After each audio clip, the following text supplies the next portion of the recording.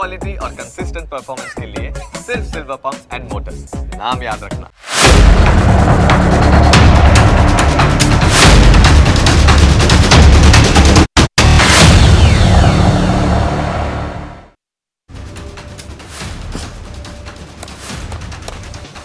નમસ્કાર, હું Janak Dave full stop news analysis પ્રોગ્રામમાં આપનું સ્વાગત છે. તમને અસર કરતા સમાચારનું અમે સરળ ભાષામાં સચોટ રીતે કરીશું છણાવટો. આ એનાલિસિસ 360 ડિગ્રી હશે, જેનાથી મહત્ત્વના મુદ્દાઓને લગતા દરેક સવાલ પર હવે પછી મુકાશે ફૂલ સ્ટોપ. આજે અમે આપણા ગુજરાતની વાત કરીશું. રોકાણ અને વેપારની વાત આવે કે પછી દેશને આત્મનિર્ભર બનાવવા માટે કોઈ મેગા પ્રોજેક્ટની વાત હોય, દેશમાં ગુજરાતનું નામ સૌથી પહેલાં લેવાય છે. વધુ એક મેગા પ્રોજેક્ટ ગુજરાતને મળવા જઈ રહ્યો છે, જેનાથી કેટલાક લોકો અકળાઈ શકે છે. આ એક માત્ર મેગા પ્રોજેક્ટ નથી, બલકે છેલ્લા કેટલાક વર્ષોમાં મહારાષ્ટ્રમાંથી ઉદ્યોગોનું ગુજરાતમાં શિફ્ટિંગ થઈ રહ્યું છે, જેને લઈને ખૂબ વિવાદો પણ થયા છે. ગુજરાતના વિકાસમાં તમારો પણ સિંહ ફાળો છે, એટલે જ ઉદ્યોગો માટે ગુજરાત કેવી રીતે વાઇબ્રન્ટ છે એની આજે અમે વાત કરીશું.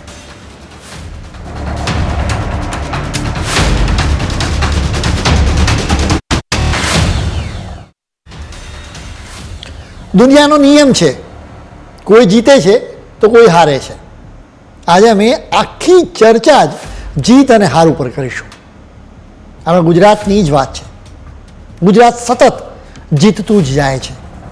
બીજી તરફ બેક ટુ બેક મહારાષ્ટ્રની હાર થઈ રહી છે, જેના લીધે ત્યાંના લોકો ખૂબ અકળાયા છે. ખૂબ રાજકારણ પણ રમાય છે.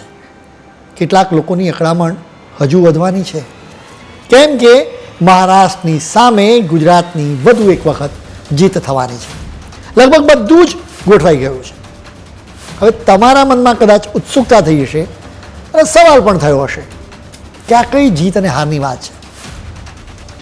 વાત ક્રિકેટની નથી, પરંતુ વાત તંદુરસ્ત સ્પર્ધાની છે. વાત બિઝનેસની છે. ગુજરાતમાં વેપાર અને ઉદ્યોગોની તેઓ કોઈ શોર્ટેજ જ નથી. દુનિયાભરમાંથી કંપનીઓ અહીં આવીને તેમના એકમો સ્થાપે છે, કેમ કે આ કંપનીઓ પણ સારી રીતે જાણે છે કે મોટું કામ તો ગુજરાતમાં જ થાય. હવે એક મેગા ઓઇલ રિફાઇનરી ગુજરાતમાં શરૂ થવા જઈ રહી છે. સૌથી પહેલાં પ્રોજેક્ટની થોડી વિગતો તમારે જાણવી જરૂર છે. સાઉદી અરેબિયા સાથે મળીને ભારત સરકાર 2 મેગા રિફાઇનરીઓ શરૂ કરશે, જેનાથી હજારો લોકોને રોજગારી મળવાની છે. આ મેગા રિફાઇનરી મેળવવાની રેસમાં આ પહેલાં મહારાષ્ટ્ર આગળ હતું. મેગા રિફાઇનરી માટે મહારાષ્ટ્રના રત્નાગીરીનું લોકેશન પણ લગભગ ફાઇનલ જ થઈ ગયું હતું. જોકે હવે લગભગ રત્નાગીરીના નામ પર ચોકડી વાગી ગઈ છે. એની જગ્યાએ એક રિફાઇનરી ગુજરાતમાં, જ્યારે બીજી આંધ્રપ્રદેશમાં શરૂ થશે. ગુજરાતમાં રિફાઇનરી શરૂ કરવા માટે સાઉદી અરેબિયાની કંપની એરામકો અને ઓએનજીસી વચ્ચે પાર્ટનરશિપ થવાની છે. આંધ્રપ્રદેશનું નામ તો પહેલાંથી જ ફાઇનલ હતું, એટલે જ મહારાષ્ટ્રમાં જે રિફાઇનરીનો પ્રોજેક્ટ શરૂ થવાનો હતો એ હવે ગુજરાતને મળી શકે એમ છે. આ મેગા રિફાઇનરીથી ગુજરાતમાં મોટા પ્રમાણમાં નોકરીઓ ઊભી થશે, એટલે કે તમને સીધો ફાયદો થઈ શકે. આ રિફાઇનરીઓ માટેની વાતચીત અંતિમ તબક્કામાં છે. પીએમ મોદી આવતા મહિને સાઉદીના નેતાઓને મળવાના છે, જેમાં બધું ફૂલ એન્ડ ફાઇનલ થઈ જશે. સાઉદી અરેબિયાએ આ પહેલાં જ ભારતમાં $100 અબજ રોકાણ કરવાનું વચન આપ્યું હતું. મહારાષ્ટ્ર રિફાઇનરીનો આ પ્રોજેક્ટ ગુમાવશે એ નક્કી જ છે, એટલે હવે ત્યાં રોદણા રોડવાનું શરૂ થઈ જશે. કેટલાક પક્ષો કાગારોળ મચાવશે. આવા નેતાઓએ સમજવું પડશે કે આખરે મહારાષ્ટ્ર શા માટે આ પ્રકારના પ્રોજેક્ટ્સ ગુમાવતું રહ્યું. આ પ્રોજેક્ટની વાત કરીએ તો રત્નાગીરીમાં રિફાઇનરી શરૂ કરવા માટે જમીન સંપાદિત કરવાની પ્રક્રિયા ધીમી હતી, કેમ કે સ્થાનિક લોકો જ રિફાઇનરીનો વિરોધ કરતા હતા. કદાચ તેમની પાસે વિરોધ કરવા માટે કારણો પણ હશે, પરંતુ એના લીધે આ રાજ્ય મહત્ત્વનો આ પ્રોજેક્ટ ગુમાવી શકે છે. હવે લગભગ નક્કી જ છે કે આ પ્રોજેક્ટ ગુજરાતને મળશે. જે ગુજરાતની ચોથી રિફાઇનરી રહેશે. જામનગરમાં રિલાયન્સ અને નાયરા એનર્જીની રિફાઇનરી છે. બીજી તરફ વડોદરામાં ઇન્ડિયન ઓઇલની રિફાઇનરી છે. ભારત સરકાર અને સાઉદી અરેબિયાની ઓથોરિટી 2 રિફાઇનરીઓ માટેની ડીલના અમલ માટે કમિટેડ છે. મહારાષ્ટ્રની જગ્યાએ ગુજરાતની રિફાઇનરીનો આ પ્રોજેક્ટ મળવા જઈ રહ્યો છે, જેના કારણે મહારાષ્ટ્રમાં વધુ એક વખત વિવાદ થવાની ફૂલ ગેરંટી છે. મહારાષ્ટ્રની ચૂંટણીના સમયે પણ આ મુદ્દો ગાજ્યો હતો. કોંગ્રેસ, શરદ પવારની એનસીપી અને ઉદ્ધવ ઠાકરેની શિવસેનાના નેતાઓ મરાઠી માણસોને ઉશ્કેરતા રહ્યા હતા. આ નેતાઓ કહેતા હતા કે તમારી પાસેથી નોકરીઓ છીનવી લેવામાં આવી રહી છે અને ગુજરાતીઓને આપવામાં આવી રહી છે. પ્રિયંકા ગાંધીએ આવો જ આરોપ મૂક્યો હતો. તમે તેને સાંભળો. कि भेदभाव हो रहा है महाराष्ट्र के साथ. जो यहाँ पे इंडस्ट्रीज लगनी थी, जो बड़े बड़े उद्योग लगने थे, वो आस्ते आस्ते यहाँ से बाहर जा रहे हैं. आपने देखा होगा कि यहाँ से इन्होंने बड़ी बड़ी कंपनियां, सेमीकंडक्टर का प्रोजेक्ट महाराष्ट्र में आ रहा था, वो चले गया गुजरात. एयरबस का प्रोजेक्ट महाराष्ट्र में आ रहा था, वो भी गुजरात चले गया. सैफरन प्रोजेक्ट आ रहा था, वो भी गुजरात चले गया. बल्क ड्रग पार्क प्रोजेक्ट, वो भी प्रदेश से बाहर चले गया. तो जितने रोजगार बनने थे, जितनी इंडस्ट्री आनी थी, वो आस्ते आस्ते महाराष्ट्र से बाहर चली जा रही है. પ્રિયંકા ગાંધીએ કહ્યું કે મહારાષ્ટ્રમાં જે ઉદ્યોગો શરૂ થવાના હતા એ ગુજરાતને આપી દેવામાં આવ્યા છે. કોંગ્રેસની સાથી પાર્ટીઓએ પણ આવી જ વાત કહી હતી. આવા મોટા પ્રોજેક્ટ્સ માટે મહારાષ્ટ્રની જગ્યાએ ગુજરાતની પસંદગી કરાય તો એની પાછળ સોલિડ કારણ રહેલું હોય. રિફાઇનરીના મામલે જે રીતે સ્થાનિક લોકોનો વિરોધ જવાબદાર છે, એ જ રીતે સેમિકન્ડક્ટર પ્લાન્ટના મામલે પણ સોલિડ કારણો રહેલા છે. જો કે લોકોને ઉશ્કેરવાના હોય તો કંઈ પણ કહો તો ચાલી જાય. ભારતમાં અભિવ્યક્તિની આઝાદી છે, વળી નેતાઓને તો કંઈક વધારે જ પડતી આઝાદી છે. હવે સાચા કારણ પર આપણે આવીએ. ગુજરાત અને મહારાષ્ટ્રની વચ્ચે વેદાંતા અને ફોક્સકોનના સેમિકન્ડક્ટર પ્લાન્ટ માટે લડાઈ જામી હતી. આ પ્લાન્ટ માટે 1.5 લાખ કરોડ રૂપિયાના રોકાણની જાહેરાત થઈ છે. આ પ્લાન્ટ માટે મહારાષ્ટ્રના બદલે ગુજરાતની જ પસંદગી કરવામાં આવી છે. મહારાષ્ટ્રના લોકોને ખૂબ આશા હતી કે આ પ્લાન્ટ તેમને મળશે, એટલે જ ગુજરાતના ફાળે આ પ્લાન્ટ ગયો તો ભારે વિવાદ થયો. એટલે વેદાંતાના ચેરમેન અનિલ અગરવાલે ખુલાસો કરવો પડ્યો હતો. તેમણે કહ્યું હતું કે કુઆ ખુદેગા તો પાણી સબકો મિલેગા. એક સમયે વેદાંતા અને ફોક્સકોન બંને કંપનીઓની મહારાષ્ટ્ર સરકારની સાથે વાતચીત ચાલી રહી હતી. એમ લાગતું હતું કે હવે તો પ્લાન્ટ માટે સમજૂતી કરાર થઈને જ રહેશે, કેમ કે આ બંને કંપનીઓના અધિકારીઓએ તાલેગાંવમાં 1000 એકરની જમીન પણ ફાઇનલ કરી દીધી હતી. જોકે છેલ્લી ઘડીએ ગુજરાતે બાજી મારી. એનું કારણ આપતા અનિલ અગરવાલે કહ્યું કે ટોચની મેનેજમેન્ટ કન્સલ્ટન્સી ફર્મ, એક એકાઉન્ટન્સી ફર્મ અને એક એક્સપર્ટ ગુજરાત અને મહારાષ્ટ્ર સહિત 5 થી 6 રાજ્ય ગયા હતા. આ એક્સપર્ટ લોકોએ જ કહ્યું કે પ્લાન્ટ તો ગુજરાતમાં જ શરૂ કરવો જોઈએ. એટલે વેદાંતા અને ફોક્સકોન બંને હા પાડી દીધી. સેમિકન્ડક્ટર ચિપ્સનો આ પ્રોજેક્ટ ખૂબ જ ખાસ છે, કેમ કે કારથી લઈને મોબાઈલ ફોન એમ અનેક વસ્તુઓમાં એ ઉપયોગી છે. આ પ્લાન્ટ માટેની જાહેરાત થઈ ત્યારે કહેવામાં આવ્યું હતું કે આ પ્રોજેક્ટ ગુજરાતમાં 1 લાખથી વધુ નોકરીઓ ઊભી કરશે. ગુજરાત સેમિકન્ડક્ટર ચિપ્સના ઉત્પાદનનું હબ બની રહ્યું છે. ટાટા ઇલેક્ટ્રોનિક્સ પણ ગુજરાતમાં 2 સેમિકન્ડક્ટર મેન્યુફેક્ચરિંગ યુનિટ શરૂ કરવા જઈ રહી છે. એ સ્વાભાવિક છે, કેમ કે બધાને ખબર છે કે મોટું કામ તો ગુજરાતમાં જ થાય. માત્ર રિફાઇનરી કે સેમિકન્ડક્ટર પ્લાન્ટની વાત નથી, બીજા પણ અનેક પ્રોજેક્ટ્સ મહારાષ્ટ્રના બદલે ગુજરાતમાં શિફ્ટ થયા છે. અમે એના વિશે તમને વિગતે જણાવીશું, પરંતુ અત્યારે સમય છે એક બ્રેક.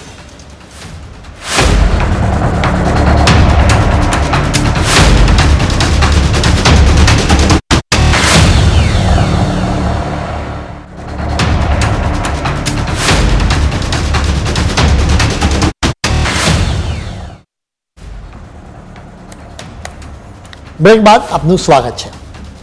ગુજરાતીઓની નસે નસમાં વેપાર ધંધો છે. આ જ કારણસર વેપાર કરવા માટે ગુજરાત ભારતમાં પહેલી પસંદગી છે. બરાબર 1 મહિના પહેલાં ભારતને આત્મનિર્ભર બનાવવાના મિશનની નવી ઊંચાઈ આપવા માટે પીએમ મોદી અને સ્પેનના પીએમ પેડ્રો સાંચેઝ વડોદરા પહોંચ્યા હતા. તેમણે અહીં C295 એરક્રાફ્ટના ઉત્પાદન માટે ટાટા એરક્રાફ્ટ કોમ્પ્લેક્સનું ઉદ્ઘાટન કર્યું હતું.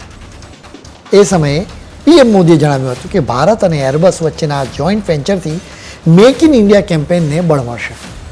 જોકે આ પ્રોજેક્ટ ગુજરાતના ફાળે આવવાના કારણે કોંગ્રેસ, શરદ પવારની એનસીપી અને ઉદ્ધવ ઠાકરેની શિવસેનાને પેટમાં દુખ્યો હતો. આ પ્રોજેક્ટ નાગપુરમાં શરૂ થવાનો હતો, એટલે જ કોંગ્રેસના નેતા જયરામ રમેશ અને ઉદ્ધવની શિવસેનાના નેતા પ્રિયંકા ચતુર્વેદીએ કેન્દ્ર સરકારની આકરી ટીકા કરી હતી. શરદ પવાર પણ પંચ મારવામાં કેવી રીતે પાછળ રહી જાય. તેમણે દાવો કર્યો હતો કે રતન ટાટા મહારાષ્ટ્રમાં આ પ્રોજેક્ટ શરૂ કરવા માંગતા હતા, જેના માટે નાગપુર MIDCમાં 500 એકરનો પ્લોટ પણ નક્કી કરી લેવાયો હતો. પવારે એવો દાવો કર્યો હતો કે PM મોદીએ ટાટાને કોલ કરીને ગુજરાતમાં ફેક્ટરી શરૂ કરવા કહ્યું હતું. મહારાષ્ટ્રની વિધાનસભાની ચૂંટણી પહેલાં પવારે આવો આરોપ મૂક્યો હતો. જોકે આવા પ્રકારના ખોટા નેરેટિવને મહારાષ્ટ્રની જનતાએ ફગાવી દીધો. બીજેપીના નેતા દેવેન્દ્ર ફડણવીસે પણ જવાબ આપ્યો હતો. એનાથી પણ તમને સ્પષ્ટ થઈ જશે કે આખરે પ્રોજેક્ટ શા માટે મહારાષ્ટ્ર ગુજરાતમાં શિફ્ટ થઈ રહ્યા છે. પવારને જવાબ આપતા ફડણવીસે કહ્યું હતું કે આ ઉંમરે કોઈએ આટલું બધું ખોટું ન બોલવું. ખરેખર કોણ જવાબદાર છે એના વિશે ફડણવીસે કહ્યું હતું કે ટાટાના અધિકારીઓ નાગપુરમાં સરકારી વિભાગની ઓફિસમાં ગયા હતા. જોકે તેમને જવાબ આપવા માટે કોઈ તૈયાર જ નહોતું. એ સમયની કોંગ્રેસ અને એને સાથી પાર્ટીઓની ગઠબંધન સરકારને જ ઉદ્યોગોમાં કોઈ રસ નહોતો, જેના કારણે જ આ પ્રોજેક્ટ માટે ગુજરાતનો વિચાર કરવાની ફરજ પડી હતી. મહારાષ્ટ્રમાં પહેલાંની મહાવિકાસ આઘાડી સરકારમાં રહેલા લોકોને લાપરવાહી અને બીજા પર દોષ મૂકવાની બીમારી હતી. આ જ કારણે બલ્ક ડ્રગ પાર્કનો પ્રોજેક્ટ પણ મહારાષ્ટ્ર પાસેથી છીનવાઈ ગયો હતો. બલ્ક ડ્રગ પાર્ક એટલે કે જ્યાં મોટા પાયે દવાઓનું ઉત્પાદન થાય. મહારાષ્ટ્રમાં બલ્ક ડ્રગ પાર્ક શરૂ કરવા માટે ખૂબ જ પ્રયાસો થયા હતા. જોકે કેન્દ્ર સરકારે મહારાષ્ટ્રને બદલે ગુજરાત, આંધ્રપ્રદેશ અને હિમાચલ પ્રદેશમાં બલ્ક ડ્રગ પ્રોજેક્ટ શરૂ કરવાનો નિર્ણય કર્યો હતો. મૂળ વાત એટલી જ છે કે તમિલનાડુ અને આંધ્રપ્રદેશ સહિતના રાજ્યોએ પણ મહારાષ્ટ્ર પાસેથી પ્રોજેક્ટ્સ છીનવી લીધા છે. પરંતુ કોંગ્રેસ અને એની સાથી પાર્ટીઓને તો ગુજરાતને જ પ્રોજેક્ટ મળે એની સામે વાંધો છે. તેઓ અને એને લઈને હંગામો પણ મચાવી દે છે. ગુજરાતને કોઈ પ્રોજેક્ટ મળે તો કોંગ્રેસ અને એના સાથી પાર્ટીઓ કાગારોળ મચાવી દે, જાણે કે ગુજરાત પાકિસ્તાનનો ભાગ હોય. આવા લોકોએ થોડું આત્મમંથન કરવું જોઈએ, હકીકતનો વિચાર કરવો જોઈએ. આખરે તમારા મનમાં પણ સવાલ થતો હશે કે શા માટે પ્રોજેક્ટ્સ મહારાષ્ટ્રને બદલે ગુજરાત સહિત બીજા રાજ્યોને આપવામાં આવી રહ્યા છે. અમે તમને કેટલીક હકીકતો કહીશું, જેથી તમને ખ્યાલ આવી જશે કે આખરે મોટા પ્રોજેક્ટ્સ માટે મહારાષ્ટ્રને બદલે ગુજરાતની પસંદગી કેમ કરવામાં આવી રહી છે. ગુજરાત એવું તે શું બરાબર કરે છે એનો જવાબ મેળવવો પડે. હકીકત એ છે કે નવા પ્રોજેક્ટ તો છોડો, મહારાષ્ટ્ર સરકારના જૂના ઉદ્યોગોને પણ બચાવી શકી નથી. આખી વાત અમે ભિવંડીના ઉદાહરણથી સમજાવીશું. મુંબઈથી બાય રોડ માત્ર 2 કલાકમાં ભિવંડી પહોંચી શકાય. છેલ્લા કેટલાક દશકથી એને પાવરનું શું હબ કહેવામાં આવે છે. 1980ના દશકની શરૂઆતમાં મુંબઈમાં મિલો બંધ થવા લાગી હતી, જેના પછી ભિવંડીનું મહત્ત્વ વધી ગયું હતું. જોકે એ સમયે પાયાનું ઇન્ફ્રાસ્ટ્રક્ચર નહોતું અને અત્યારે પણ નથી. 2014 પહેલાં ભિવંડી યાન માટે ભારતનું સૌથી વિશાળ સેન્ટર હતું. જોકે છેલ્લા 1 દશકમાં શહેરની દશા ખૂબ ખરાબ થઈ. 2007-8માં લગભગ 14 લાખ લૂમ્સ હતી, જેના અવાજથી ભિવંડી ગૂંજતું હતું. જોકે કોરોનાની મહામારી વખતે એની સંખ્યા ઘટીને માત્ર 6 લાખ થઈ ગઈ હતી. પાવર લૂમ્સ માટેના વેરહાઉસનો હવે એમેઝોન જેવી શોપિંગ કંપનીઓ ઉપયોગ કરી રહી છે. ભિવંડીમાં ઉદ્યોગો બંધ થઈ રહ્યા છે. એના માટે કોણ જવાબદાર છે એનો મરાઠી નેતાઓ વિચાર કરવો પડશે. આજની તારીખે પણ અહીં બેઝિક સુવિધાઓ નથી.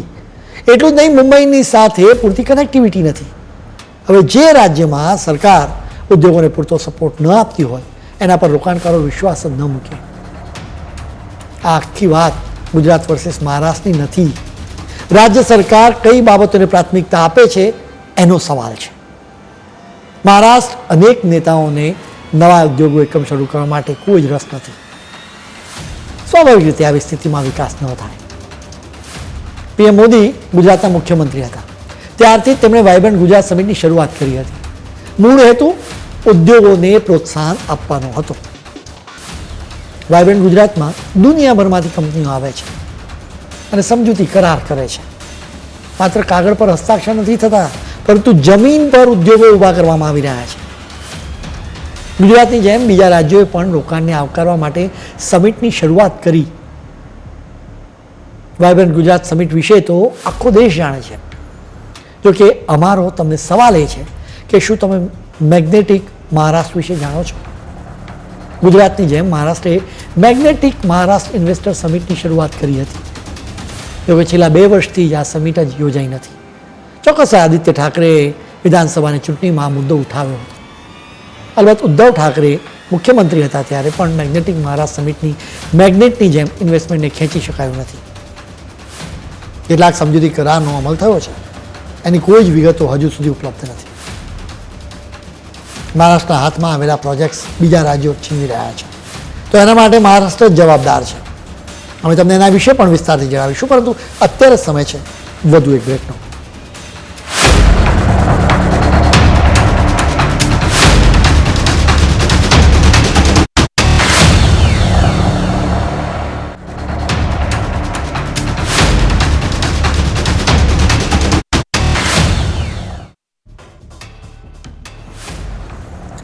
બ્રેક બાદ આપનું સ્વાગત છે.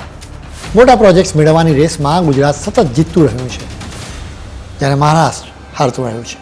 એની પાછળ કેટલાક નક્કર કારણો રહેલા છે. મોટા પ્રોજેક્ટ્સ પાર પાડવા માટે નાનામાં નાની બાબતોનો ખ્યાલ રાખવો પડે છે. એક નાનકડું બોલ્ટ નીકળી જાય તો મશીન બંધ થઈ જાય કે તૂટી જાય. એ જ રીતે મોટા પ્રોજેક્ટ્સ માટે નાનામાં નાની વાતોનો ખ્યાલ રાખવામાં આવે છે. ગુજરાતના સિલેક્શન પાછળ કેટલાક મૂર્ત કારણો છે. સૌથી પહેલાં તો ગુજરાતમાં ઉદ્યોગોના વિકાસ માટે આખી એક ઇકોસિસ્ટમ છે. એટલે જ તો અહીં પેટ્રોકેમિકલ્સ, કાપડ, ઓટોમોબાઈલ્સ અને ફાર્મા કંપનીઓ ધમધમી રહી છે. ગુજરાતમાં યોગ્ય ઇન્ફ્રાસ્ટ્રક્ચર પણ છે. મોટા પ્રોજેક્ટ્સ માટે રોડ કનેક્ટિવિટી અને નોન સ્ટોપ વીજળી પણ જોઈએ, જે ગુજરાતની પાસે છે. વળી ગુજરાતની પાસે બંદરો પણ છે. ગુજરાતમાં ઉદ્યોગો માટે જમીન સંપાદિત કરવામાં સામાન્ય રીતે ખાસ સમસ્યાઓ આવતી જ નથી. ગુજરાતમાં રોકાણ માટેનું સૌથી ખાસ કારણ રાજકીય અસ્થિરતા છે. મહારાષ્ટ્રમાં છેલ્લા કેટલાક વર્ષોમાં ખૂબ જ રાજકીય અસ્થિરતા રહી છે. ગુજરાતમાં ધંધા રોજગાર કરવા માટે ઝડપથી મંજૂરી મળી જાય છે. આવા કારણોસર મહારાષ્ટ્રમાંથી પ્રોજેક્ટ્સ ગુજરાતમાં શિફ્ટ થઈ રહ્યા છે. આ મામલે વધુ એક વિવાદ થયો છે.